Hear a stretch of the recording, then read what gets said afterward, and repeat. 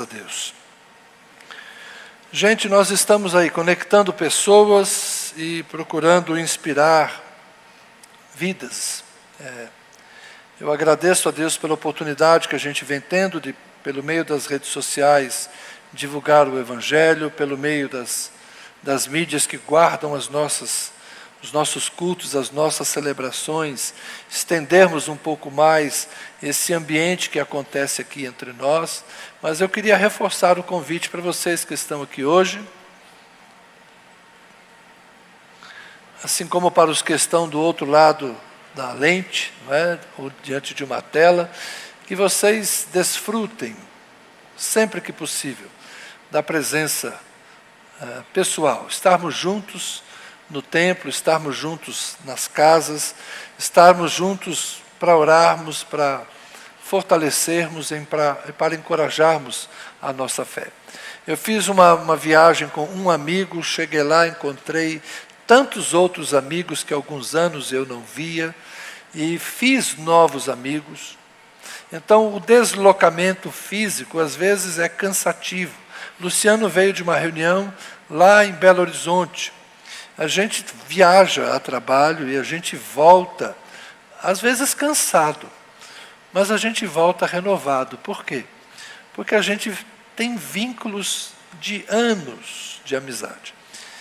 E tem pessoas que a gente vê uma vez por ano, outros uma vez a cada 2 anos. Imagine você estar num ambiente como esse, que a gente pode se ver toda semana. Então faça amizades, faça vínculos.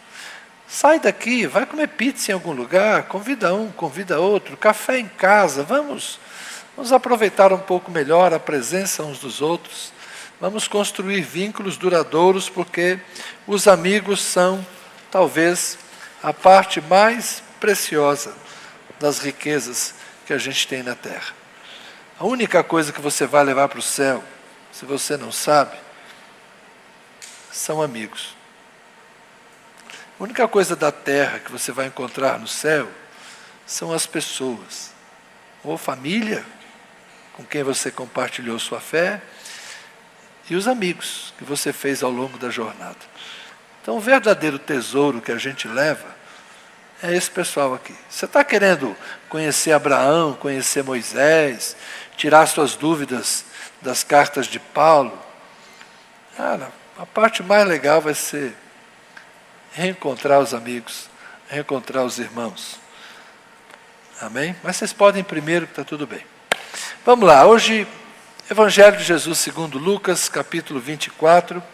Eu quero fechar a trilogia Igreja dos Homens, Igreja de Jesus, e ontem, ouvindo um novo amigo pregar, eu tive a ideia de falar de a Igreja do Espírito. O texto que eu vou ler é o texto da ressurreição, Evangelho de Jesus Cristo, segundo Lucas, no capítulo 24, a partir do verso 36. É uma das aparições de Jesus aos seus discípulos. Ela é relatada em João, é relatada em Marcos, é relatada em Mateus, mas cada evangelho tem as suas nuances. E a mim hoje é mais conveniente a leitura de Lucas, capítulo 24, verso 36. As pessoas do plural aqui são os discípulos de Jesus que estavam reunidos. Falavam eles. Quem? Os discípulos de Jesus. Falavam eles ainda estas coisas quando Jesus apareceu no meio deles e lhes disse: que a paz esteja com vocês. A saudação típica dos judeus, Shalom. Que a paz esteja com vocês. Eles, porém, ficaram assustados e com medo, pensando que estavam vendo um espírito. Mas ele lhes disse: por que vocês estão assustados? E por que surgem dúvidas no coração de vocês? Jesus sempre lia o olhar das pessoas, a fisionomia das pessoas, e compreendia o que elas estavam sentindo, o que elas estavam pensando. A reação deles, fisicamente, o rosto deles, indicou a Jesus que eles estavam com dúvidas. Espantados e com dúvidas. Verso 39, vejam as minhas mãos os meus pés. Sou eu mesmo. Toquem em mim e vejam que é verdade, porque um espírito não tem carne nem ossos, como vocês estão vendo que eu tenho. Essa semana me perguntaram como é que era esse corpo de Jesus. Eu falei, eu não sei, eu não estava lá. Né? O corpo de Jesus foi para o céu, é o mesmo corpo, é o que ressuscitou. Aqui Jesus fala de carne e ossos, era um corpo palpável. Mas ao mesmo tempo esse corpo aparecia e desaparecia sem que as portas estivessem abertas. Então a gente não consegue dizer exatamente a natureza desse corpo. O próprio evangelista João, que esteve com Jesus nesse momento, João, ao falar do corpo de Jesus, diz que ainda não sabemos, não compreendemos como será o nosso corpo, mas que será igual ao de Jesus. Ora, se João, que esteve nesse momento aqui, não foi capaz de dizer o que era o corpo de Jesus para que dissesse como será o nosso, eu que não estava lá é que não vou responder essa pergunta. Mas Jesus diz a eles, naquele momento, toquem em mim. Eu não sou uma aparição, eu não sou um espírito, eu não sou um fantasma. Dizendo isto, mostrou-lhes mãos e os pés. E por não acreditarem eles ainda, por causa da alegria e como estavam admirados, olha que agora a ideia já não é de medo, né?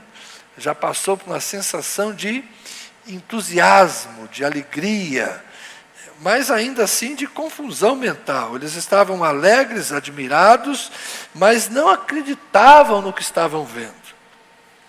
Jesus lhes disse, vocês têm aqui alguma coisa para comer? Então lhe apresentaram um pedaço de peixe assado. E ele comeu na presença deles. Carne, ossos e estômago. Vai entender esse negócio. A seguir, Jesus lhes disse, são estas as palavras que eu lhes falei, estando ainda com vocês. Era necessário que se cumprisse tudo o que está escrito a respeito de mim, na lei de Moisés, nos profetas e nos salmos. Cantamos isso hoje. Um plano para salvar. Não é? Estava escrito. As coisas estavam anunciadas por Moisés, a lei, os profetas e os salmos. Então lhes abriu o entendimento para compreenderem as Escrituras e disse-lhes, assim está escrito que o Cristo tinha de sofrer, ressuscitar dentre os mortos no terceiro dia, e que em seu nome se pregasse arrependimento para a remissão de pecados a todas as nações, começando em Jerusalém. Vocês são testemunhas destas coisas. Eis que envio sobre vocês a promessa de meu Pai. Permaneçam, pois, na cidade, até que vocês sejam revestidos do poder que vem do alto. Então Jesus os levou para fora, até Betânia, e erguendo as mãos, os abençoou. Aconteceu que, enquanto os abençoava, ia se retirando deles, sendo elevado para o céu. Então eles, adorando, voltaram para Jerusalém, cheios de alegria, e estavam sempre no templo, louvando a Deus. Do céu para a terra, da terra para a cruz, da cruz para o sepulcro, do sepulcro para o céu. Amém?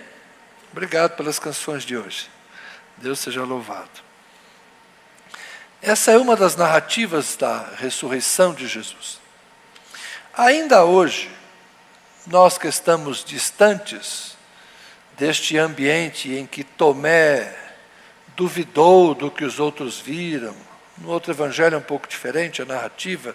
Jesus aparece no primeiro domingo para uns, depois no outro domingo aparece, estando Tomé presente, e fala, e aí Tomé, você duvidou? Vem agora, põe a mão nas chagas.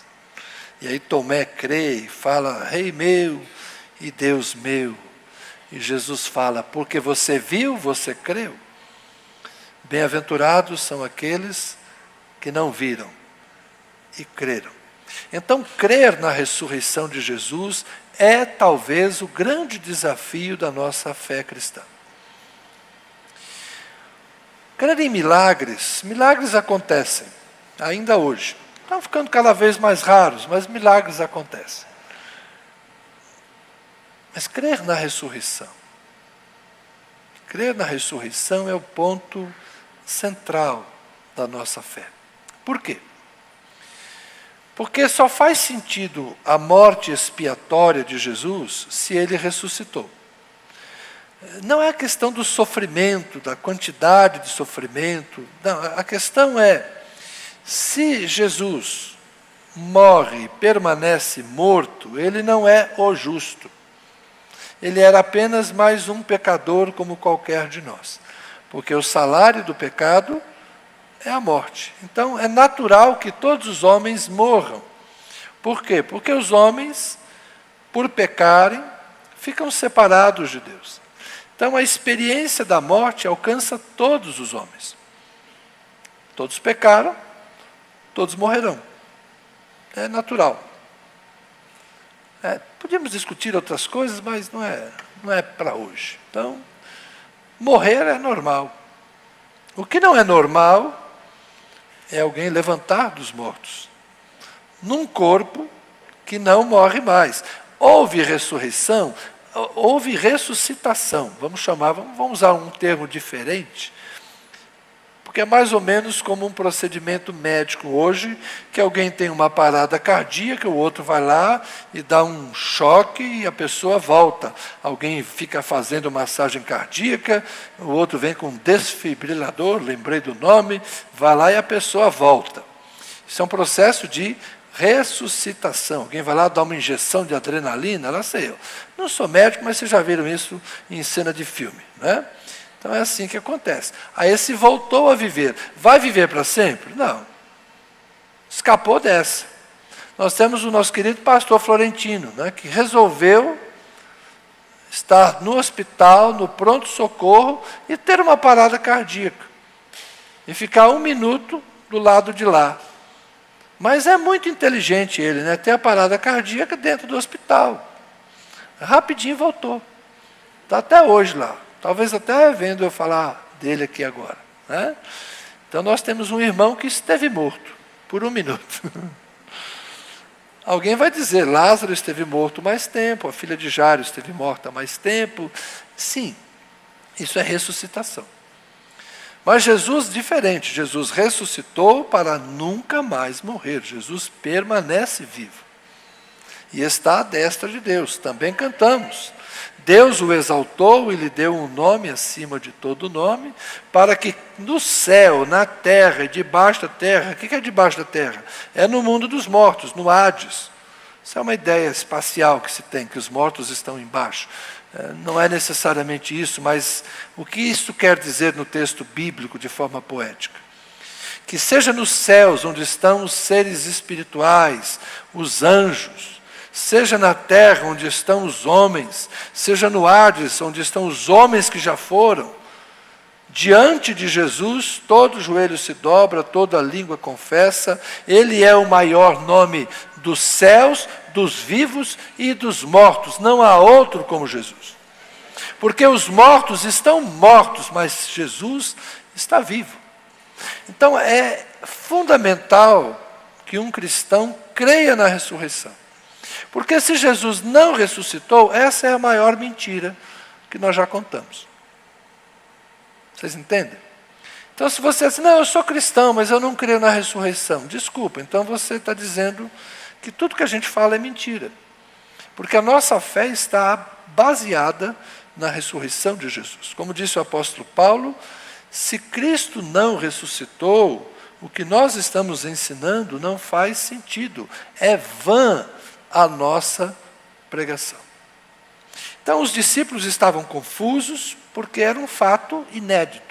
Nunca se imaginou. Eles não tinham compreensão. Jesus já tinha falado para eles, eu vou morrer, vou ser levantado, mas depois eu vou ressuscitar. Quem disse que eles entendiam? E quando a coisa acontece, eles permanecem primeiro assustados, com medo, depois vão transformando o medo e o espanto numa sensação de alegria, de entusiasmo, mas ainda estão confusos porque não conseguem entender. Então, se eles viveram isso, eu sei que talvez você me diga: Zé, eu estou tentando crer, mas eu não entendo. Mas tem coisa que a gente não vai entender mesmo. A ressurreição é algo para a gente crer, sem entender. Por quê? Porque a gente só vai entender mesmo no dia que a gente ressuscitar. E esse dia será o dia em que todos ressuscitarão juntos. Então, por enquanto, como escreveu João na sua primeira carta, no capítulo 3, não se revelou o que haveremos de ser. Isso é um mistério, está com Cristo.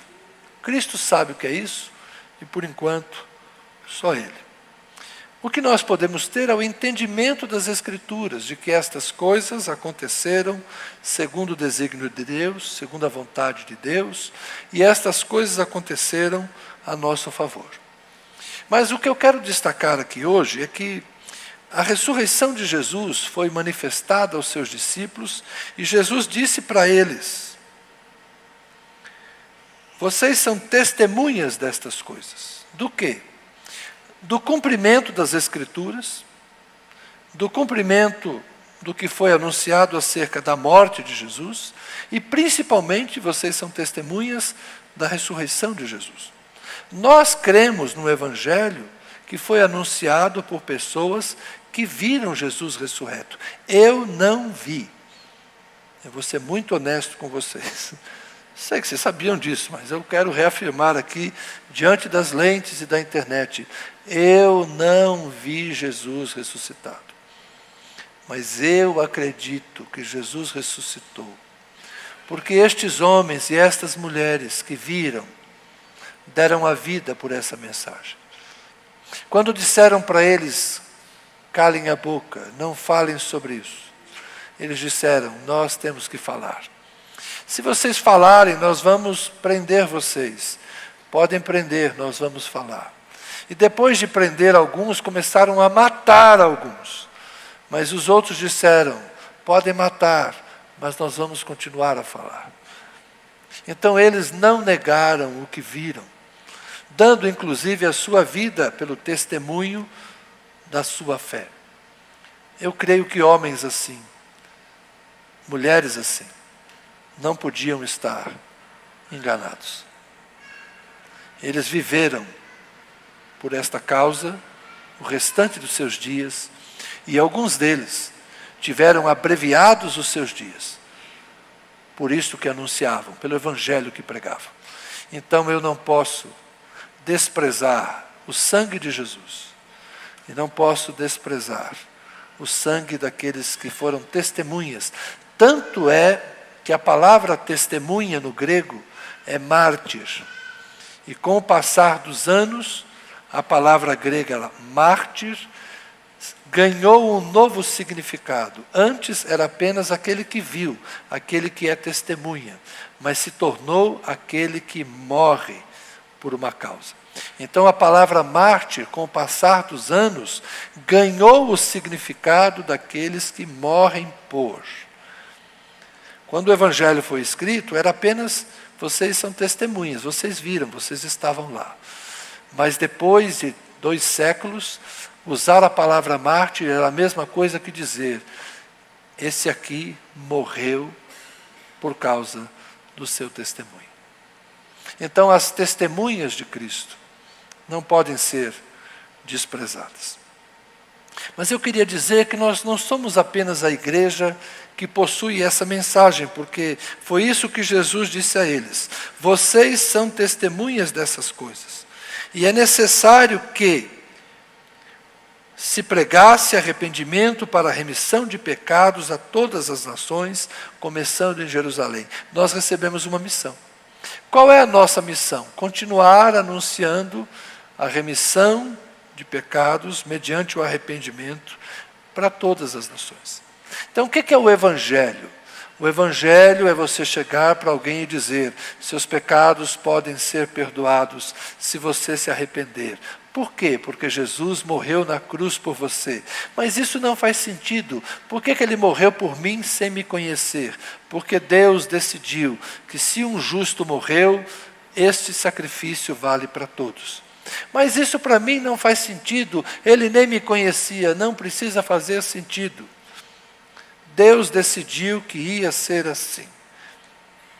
O seu pecado foi pago por alguém que você não conhece, mas Ele te amou. E se você disser: eu aceito o que Ele fez por mim, eu reconheço o amor dEle por mim, eu agradeço o amor dEle por mim, e já que Ele morreu para que o meu pecado seja perdoado, eu vou procurar não pecar mais. Eu vou procurar viver uma vida que lhe agrade. Eu vou procurar obedecer os mandamentos dEle. E o mandamento dEle é simples: que vocês amem uns aos outros assim como Ele nos amou. Então, se você quer ser um cristão, é só isso. É você acreditar que Jesus morreu por você, é você acreditar que Jesus ressuscitou, que você vai ressuscitar no último dia, e se você quiser cumprir a sua vocação e o seu chamado, você não pode guardar essa boa notícia só para você. Seria muito egoísmo da sua parte você querer ir para o céu sozinho. É muito desamor. Então nós temos que testemunhar. E é por isso que nós somos a Igreja do Espírito. Porque nós não vimos, nós não estávamos lá, nós não fomos testemunhas, mas nós recebemos algo que eles também receberam. É o Espírito Santo. O mesmo Espírito que foi dado a eles no dia de Pentecoste é o Espírito que nos é dado. Então nós temos comunhão com eles por meio do Espírito. Nós sabemos que somos a continuação da igreja de Jerusalém. É necessário que o Evangelho seja pregado a partir de Jerusalém. Nós sabemos que somos os continuadores dessa missão. Por quê? Porque o mesmo Espírito que estava sobre eles é o Espírito que nos santifica, é o Espírito que nos dá vida, é o Espírito que nos fala, é o Espírito que nos ensina. Nós somos uma comunidade do Espírito Santo, assim como eles. A mesma dádiva que eles receberam nos é dada, os mesmos dons que lhes foram dados são dados a nós, o mesmo fruto que se manifestava neles. Na carta de Paulo aos Gálatas é amor, bondade, benignidade, mansidão, paz, domínio próprio, qualidades, virtudes que eram acrescentadas àquelas pessoas. Nós hoje, por experiência, pela vida que temos no Senhor, nós sabemos que isso também acontece conosco.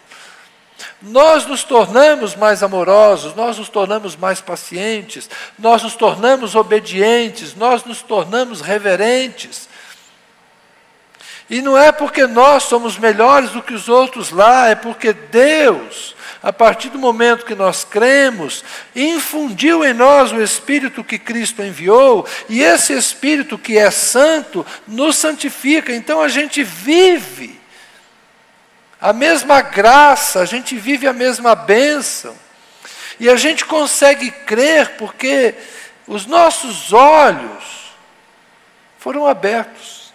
Como aqui, Ele abriu o entendimento para que eles entendessem. Deus faz isso com a gente. E se você é daqueles que falam: puxa, como eu queria acreditar nisso, talvez é porque os teus olhos ainda estejam cegos. E somente quando Cristo te iluminar é que você vai compreender. Quando Cristo se revelar é que você vai vislumbrar a glória de Cristo. E talvez você me pergunte: então como é que eu faço? Essa é a parte difícil de explicar. Alguns de nós somos mais racionais. Eu sou muito racional. Outros de nós somos mais emocionais. A experiência acaba sendo meio particular, cada um tem um jeito. Mas uma coisa, eu creio que é o grande impeditivo da gente abrir o coração realmente para Jesus. O orgulho, a autossuficiência. Parece que esse é o primeiro pecado do homem, né? Na narrativa poética do Gênesis, o primeiro pecado do homem é essa ideia da autossuficiência, essa ideia do ser sem precisar de Deus. Então, quanto mais a gente tenta entender o Evangelho, mas mantendo uma distância segura, dizendo, eu acho que eu posso viver sem isso, parece que a coisa não funciona. Eu queria entender para crer. E aí Jesus fala mais ou menos assim, precisa crer para entender. É como se a gente precisasse primeiro dizer, eu sou um pecador. E isso é difícil da gente fazer. Principalmente quando a gente se acha bom. Principalmente quando a gente se acha cumpridor dos seus deveres. Sou uma pessoa de bem, eu não faço mal para ninguém, eu não mato, eu não roubo. Como se esses fossem os grandes males apenas, né? Mas é mais do que isso. Essa nossa autossuficiência que muitas vezes nos impede de dizer, eu preciso de Jesus. Eu necessito ser salvo. Essa nossa ilusão de que podemos nos salvar sendo o melhor que pudermos é um equívoco. O melhor mesmo, mais fácil é a gente entender. Por mais que façamos, nunca seremos aceitáveis a Deus por nós mesmos. Precisamos chegar através de alguém que nos ajude. E esse alguém é Jesus. Esse alguém é Jesus.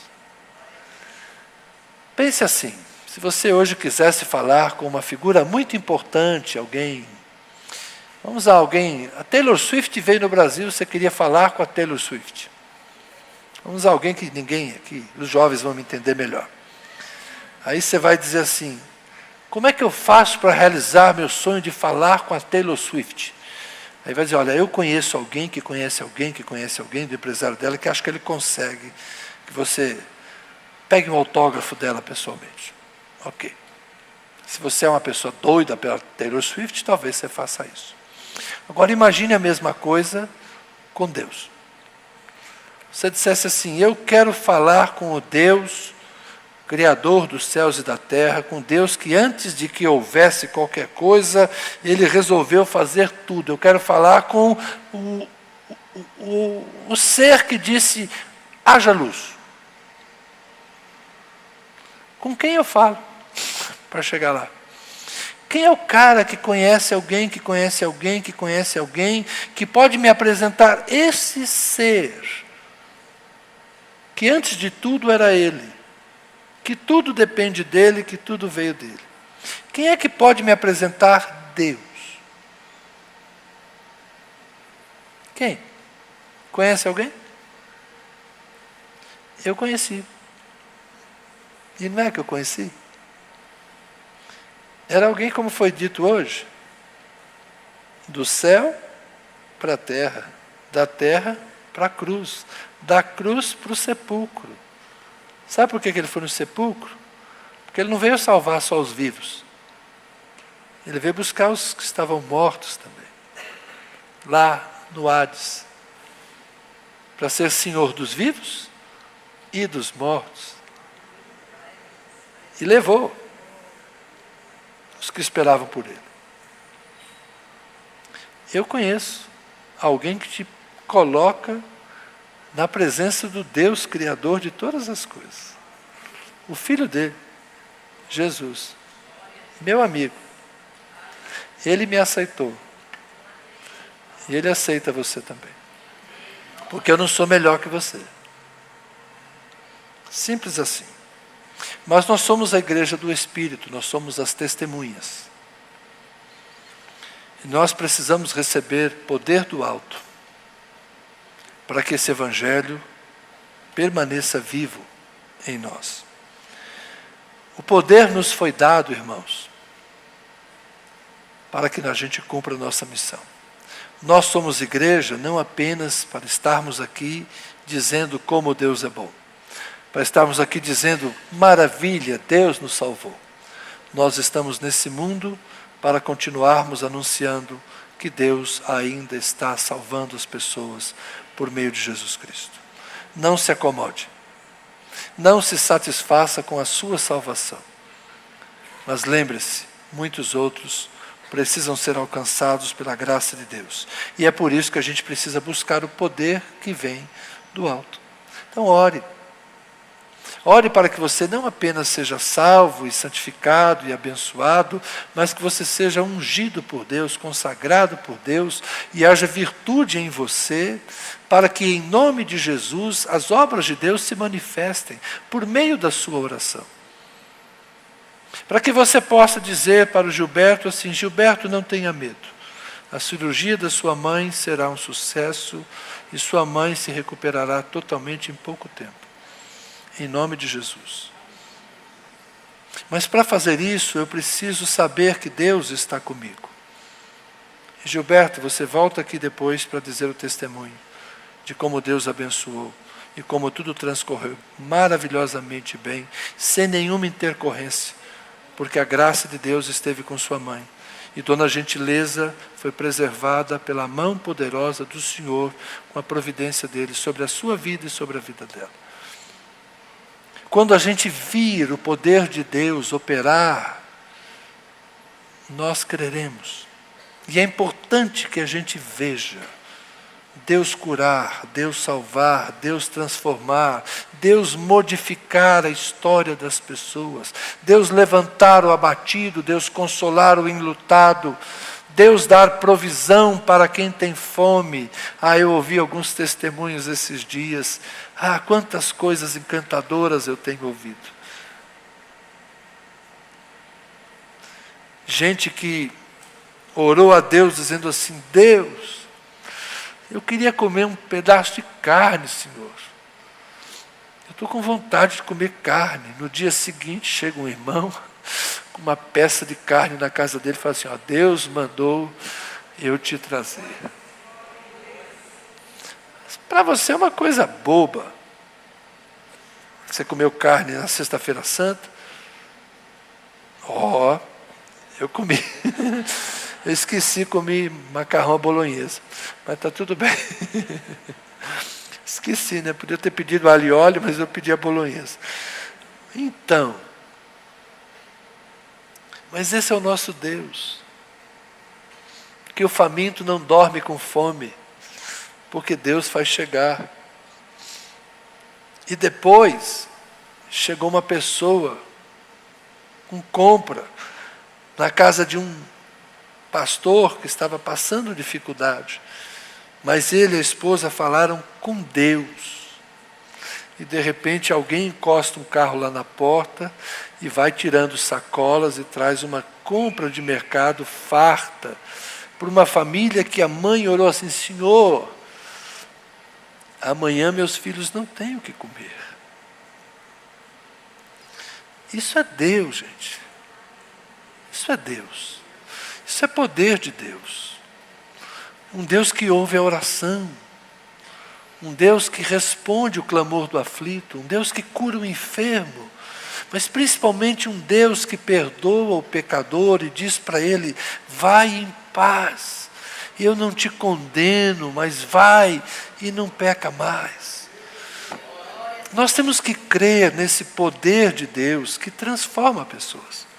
Porque se nós, que somos o templo do Espírito Santo, se entre nós, onde o Espírito Santo habita, não houver essa manifestação do poder de Deus, onde as pessoas encontrarão a verdade do Evangelho?